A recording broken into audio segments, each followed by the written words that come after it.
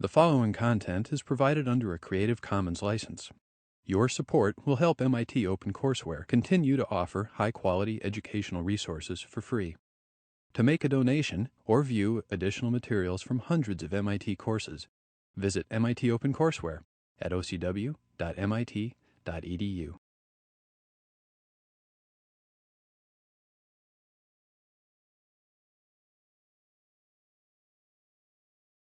Today we're going to talk about a different kind of world than the Wordsworthian world. We're going to talk a little bit about Alice in Wonderland. Now this, of course, is oftentimes seen as a children's work, but as we all well know, fantasy is of great interest to adults as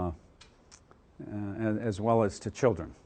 And the world of fantasy is something that a lot of us spend a lot of time in. If we're just thinking about things, fantasizing, it seems to be a very important part of people's lives. Dodgson, Lewis Carroll, was actually published Alice in Wonderland after the origin. So this work comes after the origin, about 6 or 7 years after the origin of species. So we're already past Darwin here. But and some people have argued that this work has been influenced by Darwinian thinking or by the kind of world of Darwin. And maybe we can explore some of these possibilities during the class. What do you think about this world? Is it reminiscent of anything that you would associate with Darwin? Is it totally separate from the Darwinian world? Yeah.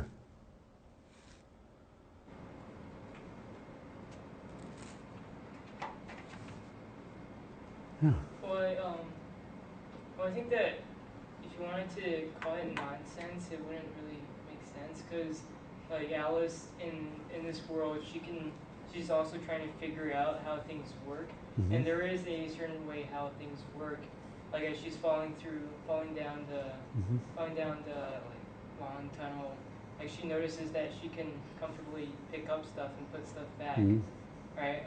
And so like every exposure to the different aspects of this world, she's learning how things work, and they work differently from everyday world. So in a sense, it's not really nonsense. It's just that it doesn't work the way our world does. Mm-hmm. You have to take the time to learn it, even though it might be a little bit just unpredictable sometimes. Nice observation. What have you? I mean, does this world remind you of anything that's very popular these days? Anybody here ever play computer games? I mean, what's the first thing you have to do when you start, when you get into a game space? Sorry? Fall? Well, there's something else you have to do. In order to play a game, any kind of a computer game, what do you have to do? You have to figure out the controls. Okay, controls and rules. You know, how does this place operate? I mean, you know, what happens if I grab this object and put it over here, or if I do this or do that? It's very much a world in which we sort of enter in a sort of willing fantasy, and we begin to play with it. We begin to see, you know, what's going on here? How does this? And of course, this is what Alice is doing, isn't it? I mean, what is she obsessed with?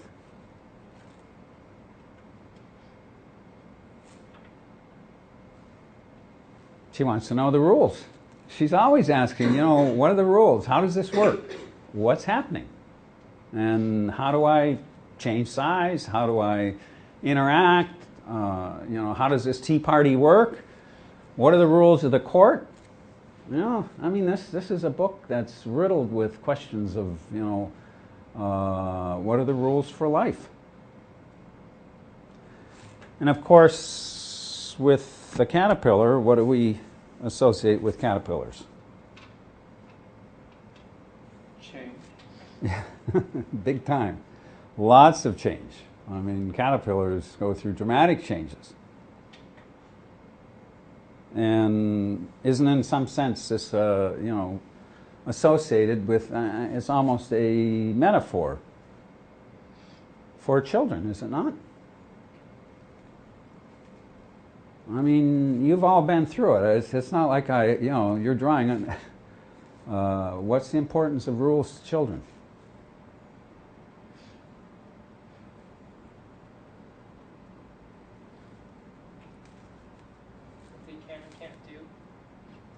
What they can and can't do? I mean, why are children obsessed with rules? I guess it teaches them how to grow up into an adult in society. Mm-hmm. Yeah, I mean, we all rebel against rules. I mean, we don't like rules. Rules constrain us. And rules sometimes, I mean, what does Alice find with rules? What are some of the ways in which she refers to rules?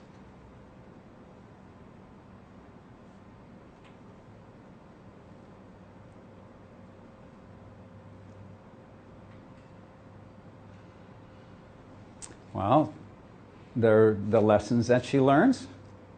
The history book, the dry history that she learns about William the Conqueror. There are these ideas she has about what you can do and what you should do and what you shouldn't do. She's very much. Is this typical of a child?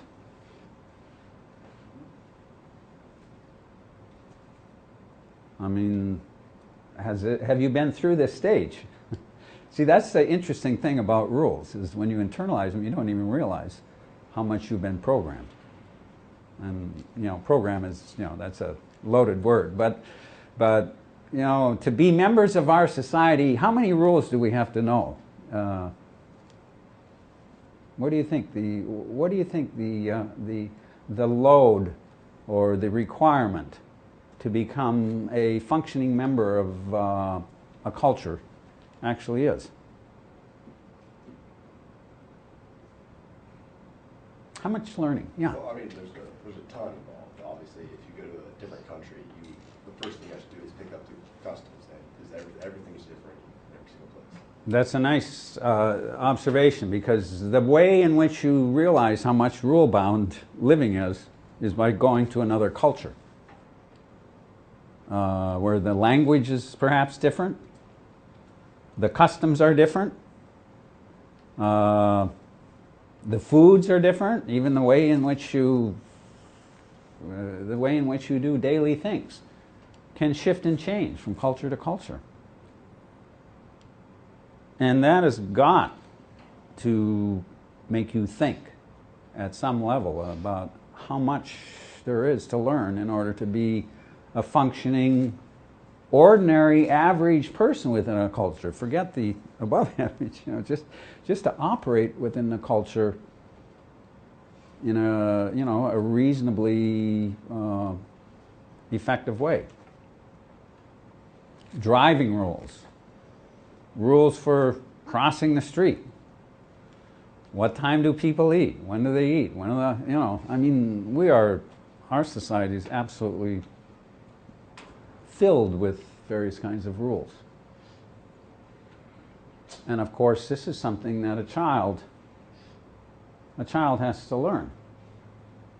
And when they talk about programming a computer or something to behave like a human, people oftentimes forget, to behave like a human, it takes a human with the human brain, something between 15 and 18 years maybe to just get up to speed.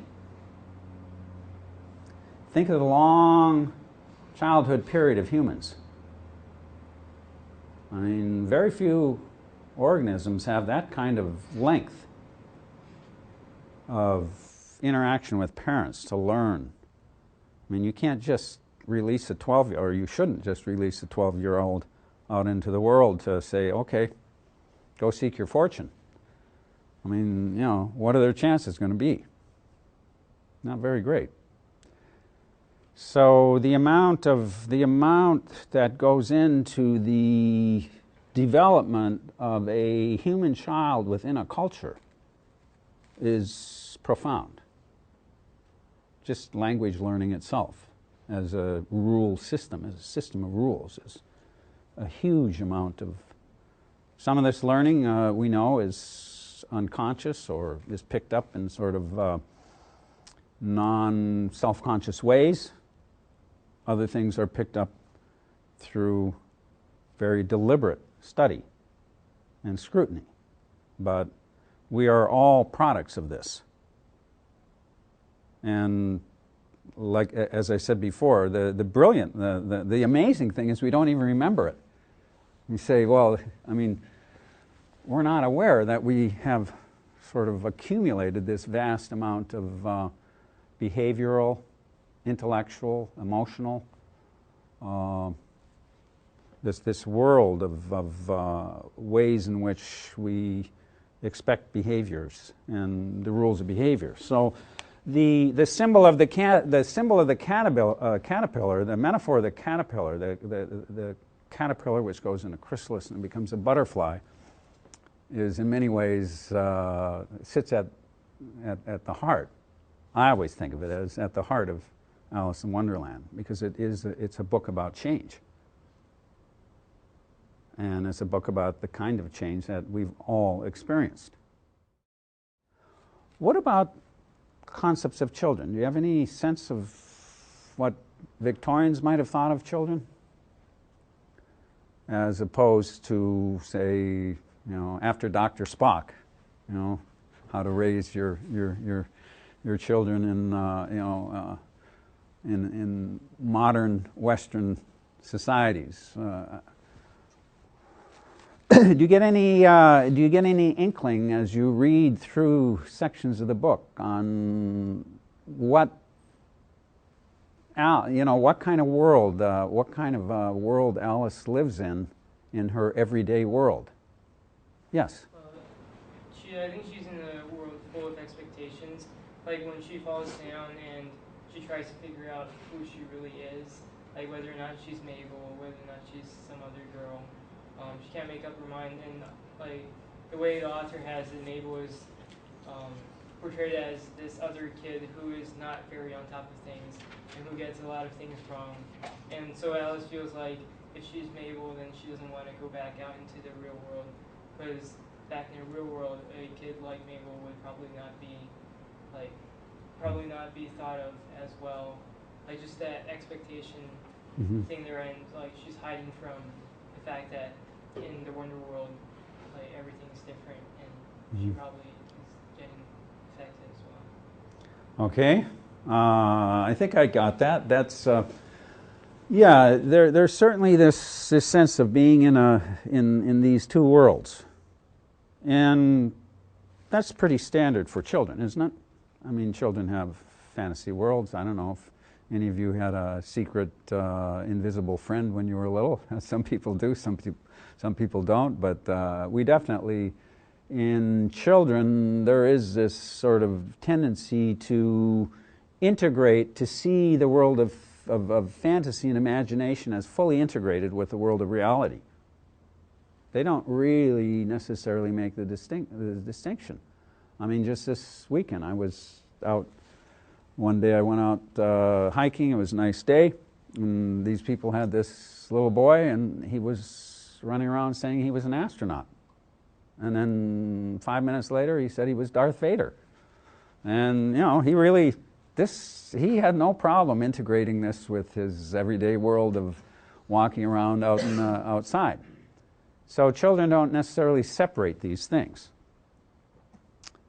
But the expectations of children in the Victorian era, what do you think they were different than they are?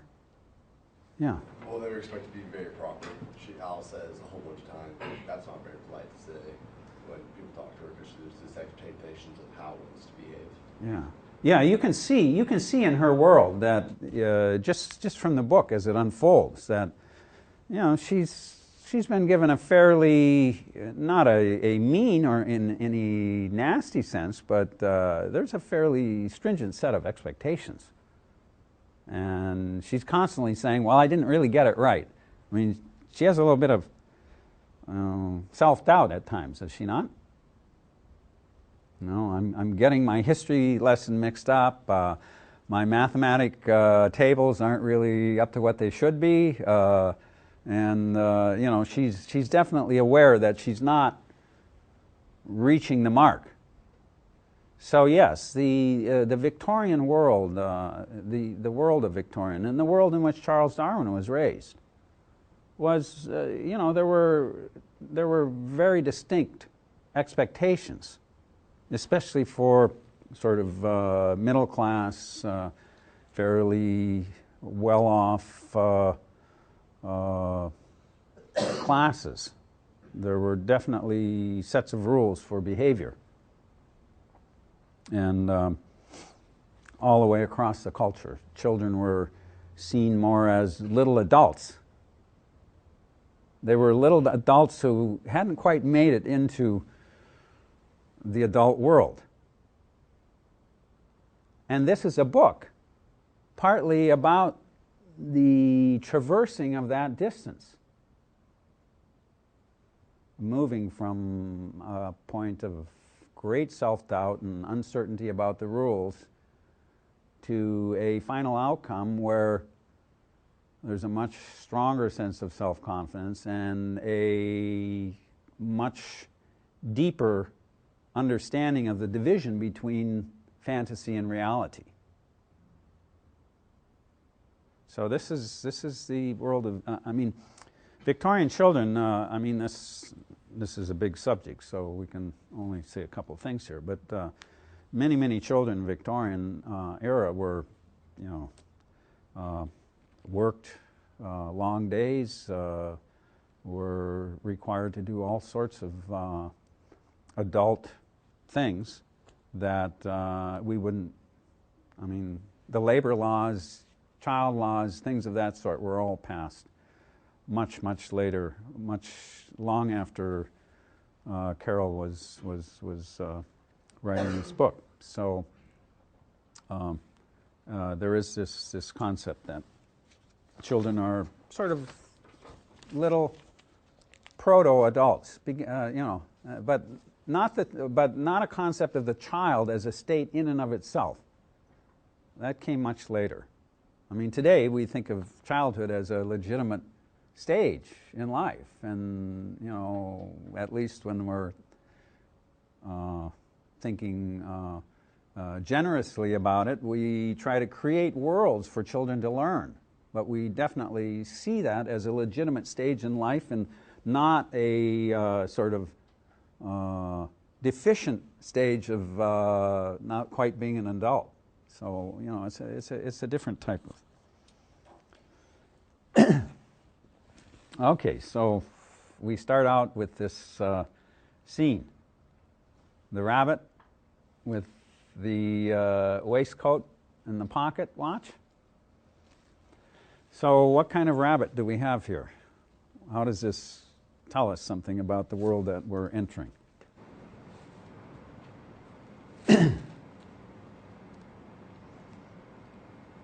Would this rabbit see, would you be able to, would you expect to see this rabbit scurrying across Tintern Abbey up there in the hill someplace? Probably not. So what is, how does this strike you? I mean, this is sort of the original, this is the first really strong image. And all the films almost always start out with this. I mean, it's a big, so why is this so important? What's important about it?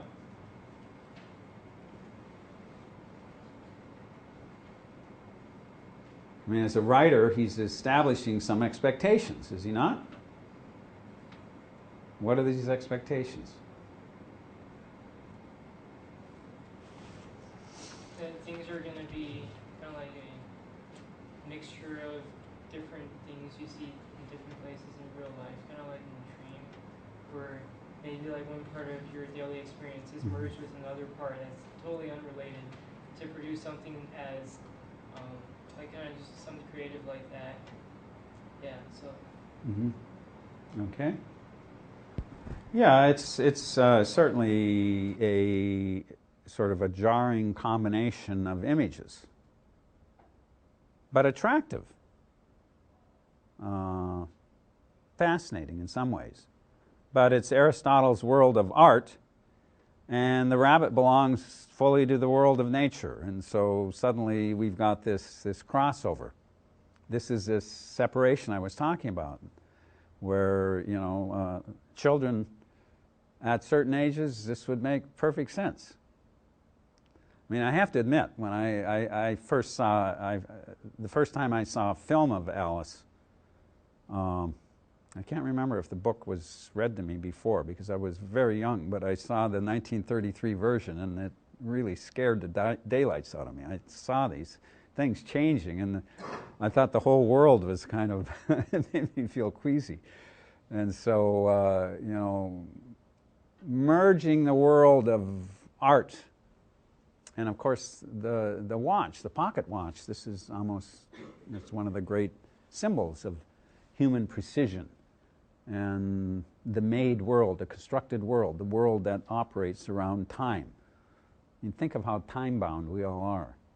I mean, we have to be one place at 8:30, another place at 10:45, and the whole day gets kind of layered into stages and units of time. We almost think of time as an object. It's so powerful a force in the way we organize our lives. And this goes back to the rules. It's another form of rule-bound behavior. But here we have this rabbit glancing at its watch, nervous, with its umbrella, with its little umbrella under its arm and a waistcoat, and runs off down the... So immediately we have this juxtaposition of these two worlds, the world of fantasy and the world of everyday, ordinary behavior.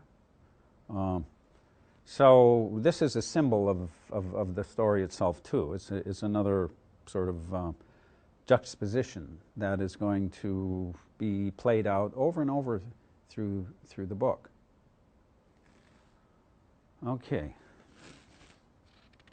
By the way, later in the term we're going to read a very famous book by Bishop Paley, in which he uses the watch as a symbol of a deliberately designed, made object.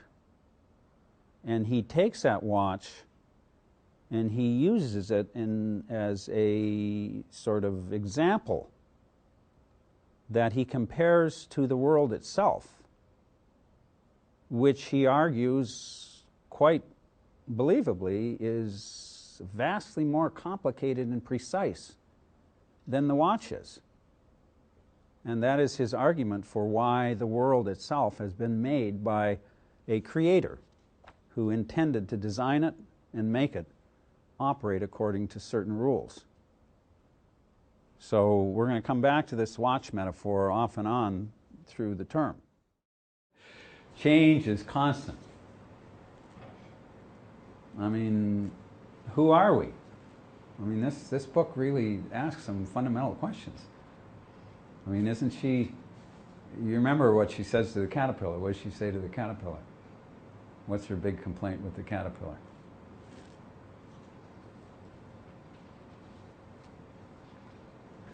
Well, she complains that she's too short. Yes, yes. She says right at the start of the chapter, this is chapter 5, advice from a caterpillar. The caterpillar and Alice looked at each other for some time in silence. At last the caterpillar took the hookah out of its mouth and addressed her in a languid, sleepy voice. "Who are you?" said the caterpillar. That's the big question of the book. Who are you? This was not an encouraging opening for a conversation. Alice replied rather shyly, I hardly know, sir, just at present. At least I know who I was when I got up this morning, but I think I must have changed several times since then. What do you mean by that? Said the caterpillar sternly. Explain yourself. I can't explain myself, I'm afraid, sir, said Alice, because I'm not myself, you see.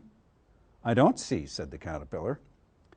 I'm afraid I can't put it more clearly, Alice replied, very politely, for I can't understand it myself to begin with, and being so many different sizes in a day is very confusing. It isn't, said the caterpillar.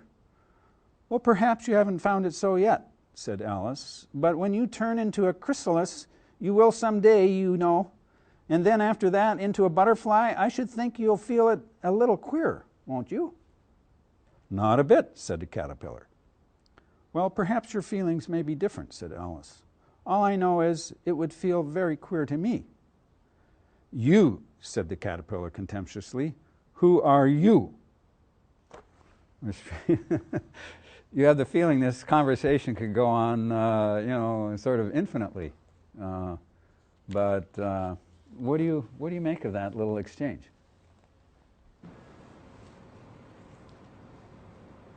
She, as you said, she doesn't like her size. She'd like to be a little bigger. And the caterpillar, of course, takes that as sort of an insult. What about the way in which the politeness, or what's the politeness level in Wonderland?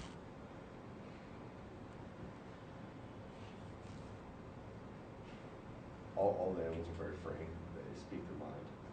Yeah, they're incredibly contentious. I mean, she's constantly getting, responses that are incredibly rude and sort of seem almost angry. Yeah. I think in a way that they aren't necessarily being rude, it's just that the rules are different. So them being blunt isn't something that's rude because they all do it. It's just Okay. speaking what they believe to be the truth. Yes, that's good. Yeah, there's a certain kind of bluntness that seems to reflect the sort of natural background of Wonderland. This is not a place that's given to, nice, polite, comfortable feelings. Can you say any more about that? Is there anything about that? What is it about the outside world? Yeah. So I think maybe there's like an element of harshness in the Wonderland. Like everything is at the same time very hands-on and it's also very like, it's almost like reality, because like Alice is exposed to more of the reality in Wonderland. And so like if things were polite, if all the animals were polite, like they would be distancing themselves from this like a fundamental harshness in this environment. Mm-hmm. They would kind of like make things smooth. So and I think it's because like there's like some underlying harshness. Yeah, and maybe that's not a bad description for learning to conform to the rules of reality. I mean, you've all fallen down and scraped your knees, or you've come into contact with the world in various sort of abrupt ways, and you realize, this place doesn't operate the way I'd like it to. It operates very different, and stuff doesn't happen the way I would like it to happen. And there's this constant kind of confrontation, if you will, bumping up against the solidity of life that we can see all children have to experience. They have to go through a period, some people talk about, let them go out and play and, get hurt or whatever, they'll learn less. There's this concept we have that, you have to encounter life, the realities of life, in order to become a functioning person. If you don't know what those realities are, you're really living in a world of fantasy, and it's not okay to live in a world of fantasy when as your main world, it's okay to visit it, but it's not okay to kind of believe it's the way things work, because you end up, getting hurt. So there's this kind of constant confrontation, if you will. So yeah, it's a natural world of change and a natural world of sort of reality, if you will, in this in the sense of reality as a kind of a pushback, or reality as a challenge to what we want, or reality confronting us. Okay, it's also a world of nonsense. So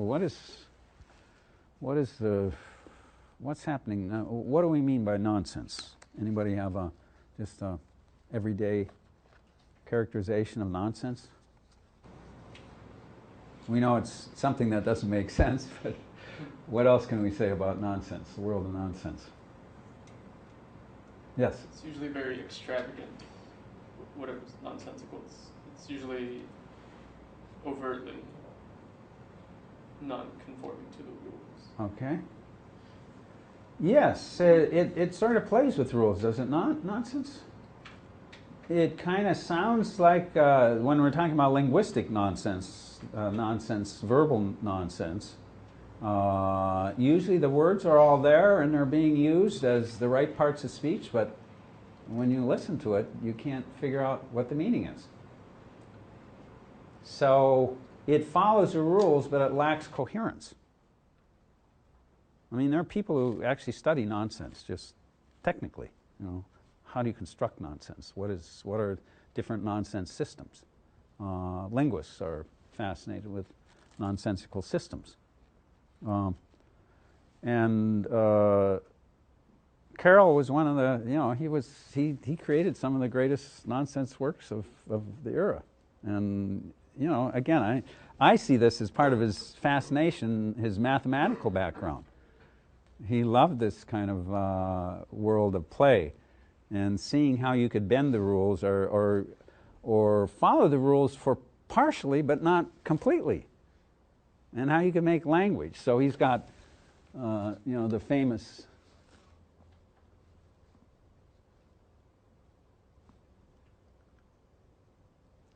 he wrote his nonsense poem is one of the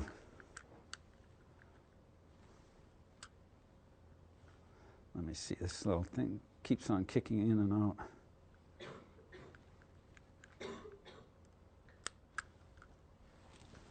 Okay. So this is, I won't read the whole thing, but you get, the Carroll. This appears not in Alice in Wonderland, but I wanted to give you the best example. "'Twas brillig in the slithy toves, did gyre and gimble in the wob, all mimsy were the borogoves, and the mome raws outgrob." What's going on here? "Beware the jabberwock, my son, the jaws that bite, the claws that catch. Beware the jub-jub bird, and shun the fruminous bandersnatch." I mean, this language has been used by everybody. Loves this poem, yeah. Nonsense. What is it we like about nonsense? And how does it sort of suffuses this work, does it not? I mean, you're never surprised when somebody's saying something nonsensical. So what is it that's so interesting about nonsense?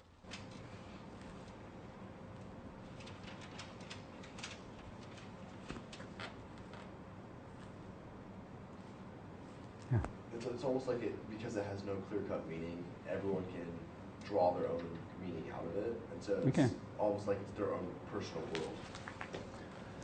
Yeah, there is something intimate, if you will, about nonsense, because it sort of has its own meaning to you, and nobody can really challenge what you take it to mean, because there's no basis for arguing.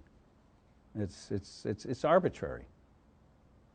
And language itself generally doesn't support that level of arbitrariness. I mean, there is something always possible in language in the sense that it can always, it will support ambiguity. There are things that are ambiguous, but nonsense is just totally has no interest in communicating any specific thing other than a feeling of this arbitrary. I mean, children do this sort of thing, don't they? They kind of make up nonsense rhymes.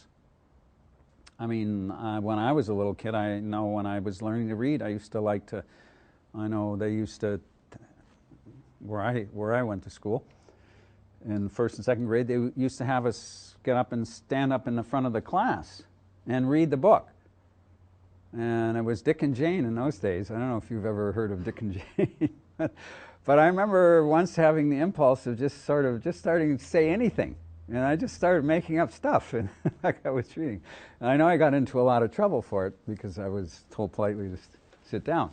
But the impulse was genuine.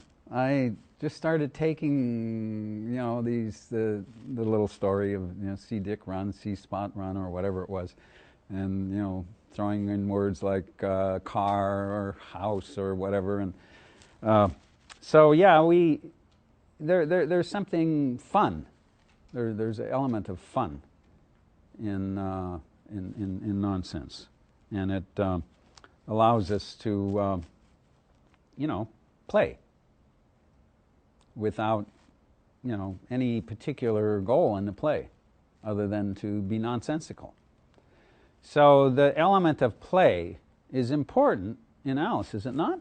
I mean, what kind of a book would this be without this element of humor? I mean, what kind of humor do we have in Alice in Wonderland? What kind of humor is at play here? I mean, it does have humor. It is a humorous book, is it not? Yes. Part of the humor, I'd say, is satirical, Okay. just because a lot of the conversations that Alice has with the animals goes against the rules of society Mm-hmm. and awkwardness. Okay. And perhaps that's sort of a jab at Sure. life.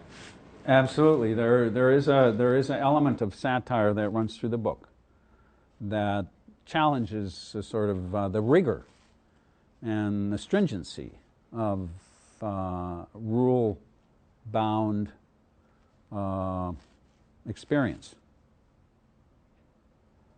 There are other elements so satire is a kind of directed humor, but satire usually has a target. There are other forms of humor too.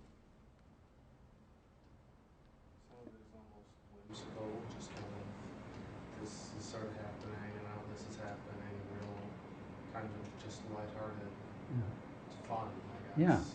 Yeah, whimsical is the exact, yeah, exactly. It's sort of, there's a whimsical element in the background.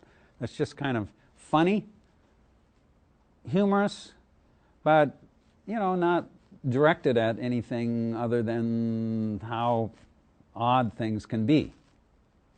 And of course, we get that whole element in one of the famous episodes of the book, The Mad Tea Party. And this is the whole set of scenes where Alice arrives at the Mad Tea Party in the middle of the woods.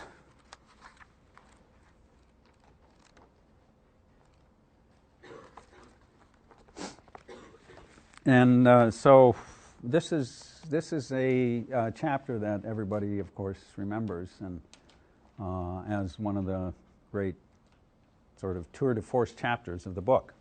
But it's a party at which Alice encounters these creatures. One of them is actually sort of little man, the Mad Hatter.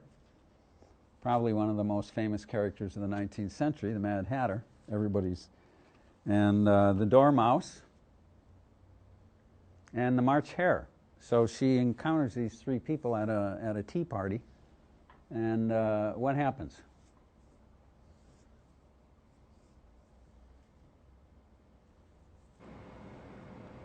what's happening at this tea party? What does she encounter?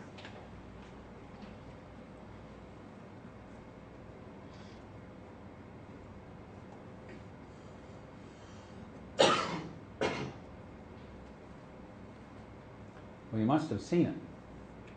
How many have seen the film? Has anybody in here seen the film of Alice in Wonderland? Well, you must have seen the one with Johnny Depp. Nobody's seen? Disney one? Yeah. Yeah.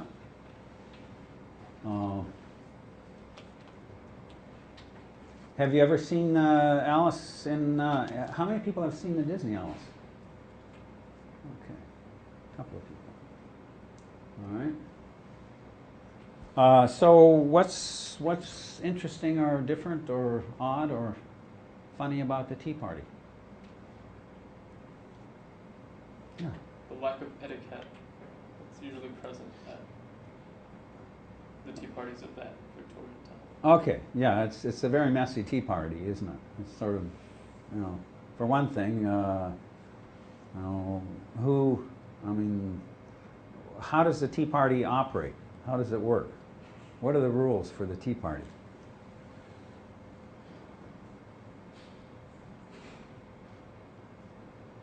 The Mad Hatter gets the fresh, he's at the new placing, and then when they all shift, everybody shifts around the table.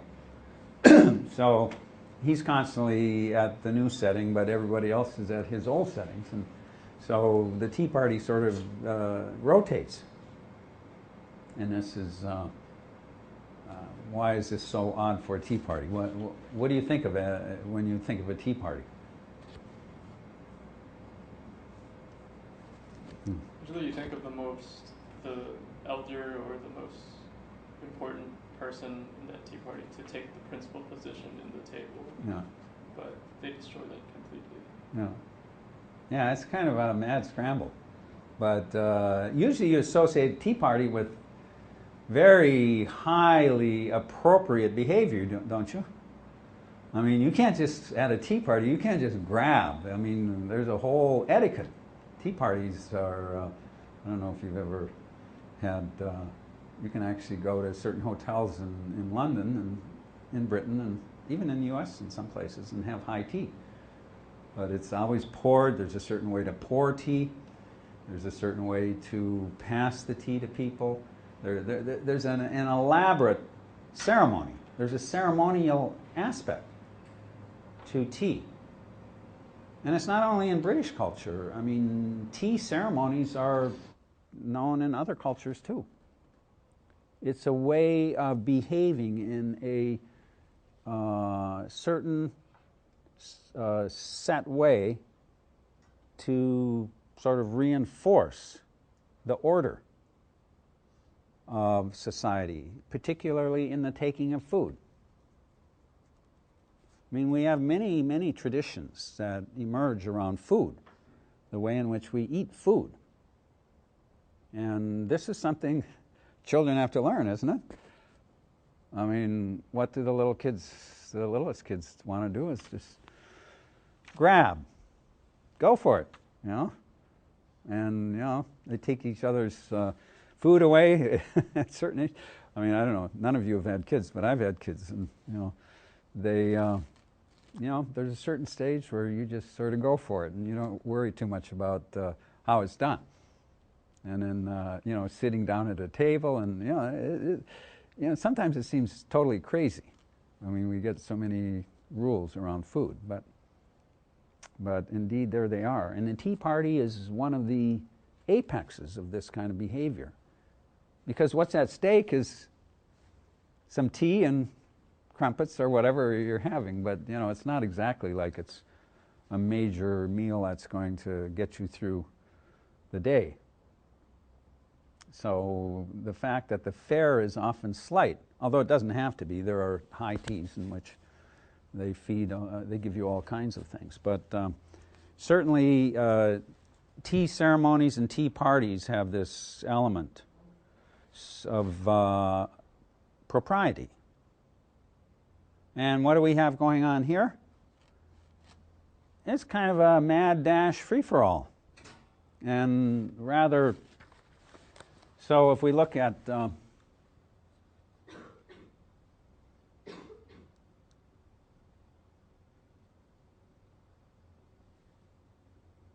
so here's the setting. There was a table set out under a tree in front of the house. Can you read that?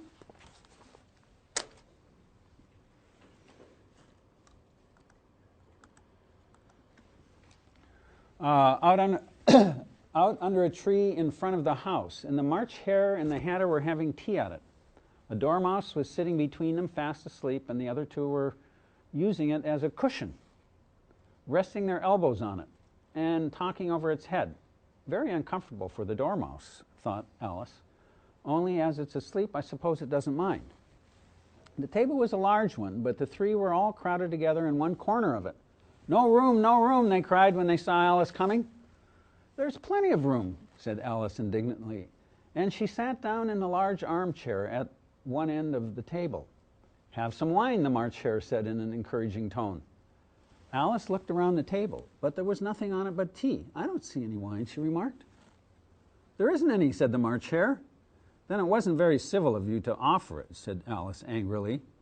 It wasn't very civil of you to sit down without being invited, said the March Hare. I didn't know it was your table, said Alice. It's laid for a great many more than three. Your hair wants cutting, said the Hatter. He had been looking at Alice for some time with great curiosity, and this was his first speech. You should learn not to make personal remarks, said Alice with some severity. It's very rude. She's sort of acting, she's taking on a kind of a parental voice here.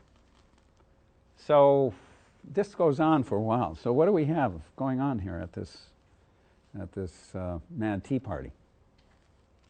What's mad about it?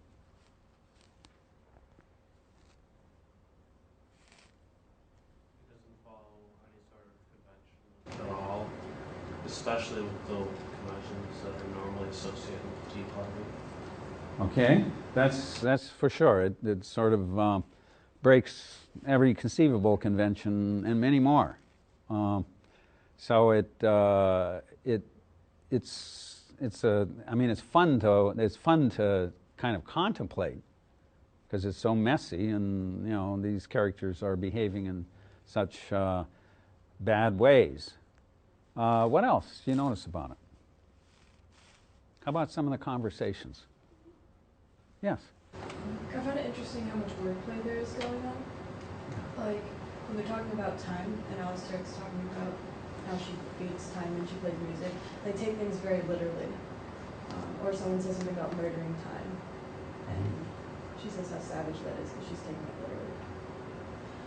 Yeah, so time is, as we've said a couple of times already, is a big convention, and so this banter around time is, again, partakes of the sort of nonsensical discussion, but there is this kind of exchange in which people reflect on time and, in the end, say ridiculous things about it. So it goes here. Alice had been looking over his shoulder, this is the March Hare, with some curiosity. What a funny watch, she remarked. It tells the day of month and doesn't tell what o'clock it is. Why should it, muttered the Hatter. Does your watch tell what year it is? Of course not, Alice replied very readily. That's because it stays the same year for such a long time altogether, which is just the case with mine, said the Hatter. Alice felt dreadfully puzzled. The Hatter's remark seemed to have no sort of meaning in it, and yet it was certainly English. I don't quite understand you, she said, as politely as she could. The Dormouse is asleep again, said the Hatter, and he poured a little hot tea upon his nose.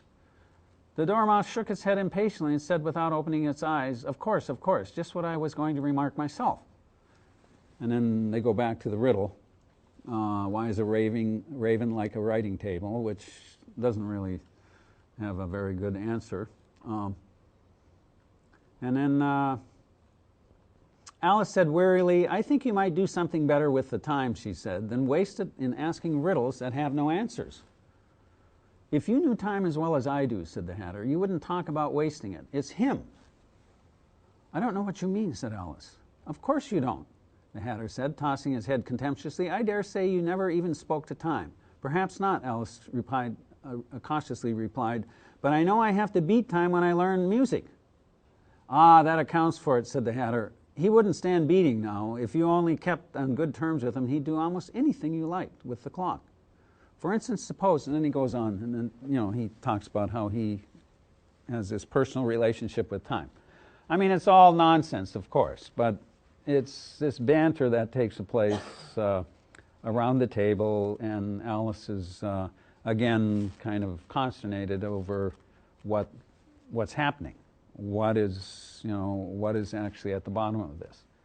What does this book have to do with evolution, if anything?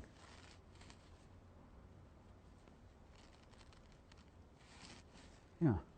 We see the recurring motif of adaptation to new situations and settings. Okay. This whole sense of the need to adapt to one's environment and surroundings is absolutely crucial, is it not? Humans are no different. Only she's adapting to what? Yeah, the fantasy world, and in some sense, by extension, she's also adapting to the made world that humans construct. But this is not just a casual thing. I mean, it's funny here, and we're kind of seeing the color but if this doesn't happen, something very seriously results. So adaptation, absolutely true. Adaptation is crucial. What else? Yeah. It questions a lot of the conventional thinking. Okay.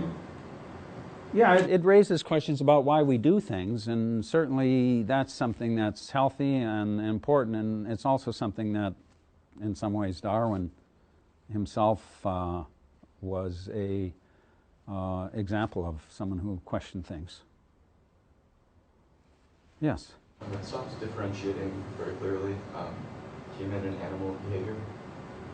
Good point. There is some kind of a continuum on this scale between Alice and all these creatures. I know it's fantasy, to be sure, but I hadn't thought of that, but that is a really important aspect here, is this kind of behavioral, if you will, spectrum. Anything else? Yes? Everything in Wonderland kind of fits its purpose, same way as for evolution, everything evolves to fit some sort of need or fill some sort of niche. So even if it seems kind of nonsensical from our perspective, in context of Wonderland, everything in Wonderland does its job or fills its part to make Wonderland as whole work. Okay. Yeah, I like that observation, because I think before natural selection, people trying to understand how organic life came into being, came into existence, were really dealing with a world that was not fully understood. I mean, we can't say that Darwin brought full understanding either, but this whole question of how things operate in the outside world, in the world of experience, is in some ways mirrored in this crazy little world of fantasy, where, Alice can't quite figure out how it works. Darwin's contemporaries couldn't quite figure out how did the organic realm emerge or come into existence. I mean, one solution was just to say it was created, and therefore, that's how it came into existence. But that doesn't get us too far in our understanding of the actual mechanisms. And there's another topic. So, some people have argued that this book really is a post-Darwinian book. It's a book that is aware of a kind of complex world of change and metamorphosis, and a world that obeys some kind of rules, but they're not necessarily totally clear. Now, these rules, like Rule 42, no one can be 2 miles high in the court. That's nonsensical. But it points to the fact that there are a lot of things that don't make a whole lot of sense to us, even in an advanced stage of understanding of the world. There are a lot of things we just don't know how they work. And this world of Wonderland sort of puts that into a perpetual state. I mean, the characters here never do understand each other perfectly, and the book sort of always presents that unfinished state of understanding. And that is a metaphor for human life. And the other metaphor for human life is that we are constantly changing, even if we're not aware of it. And you think you're the same person you were 2 years ago? I mean, you've changed. You're changing as you're sitting here, but in periods of time, all humans change, and that's just the way it is. So this book really captures some very deep and interesting and profound themes, for all its play with fantasy and for all its wordplay and nonsense. It says something profound about the human experience, and certainly about children.